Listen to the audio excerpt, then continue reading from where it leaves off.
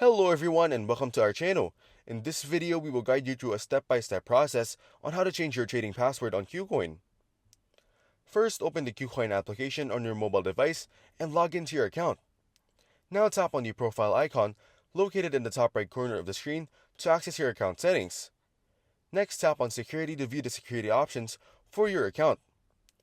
In the Security section, find the option labeled Change next to Trading Password and tap on it. You will be prompted to enter your current trading password for verification. Type it in and then tap Next. After that, enter a new trading password.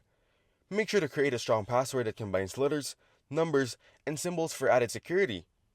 Then confirm your new trading password by entering it again in the provided field. Once you've entered your new password, tap on Confirm to save the changes.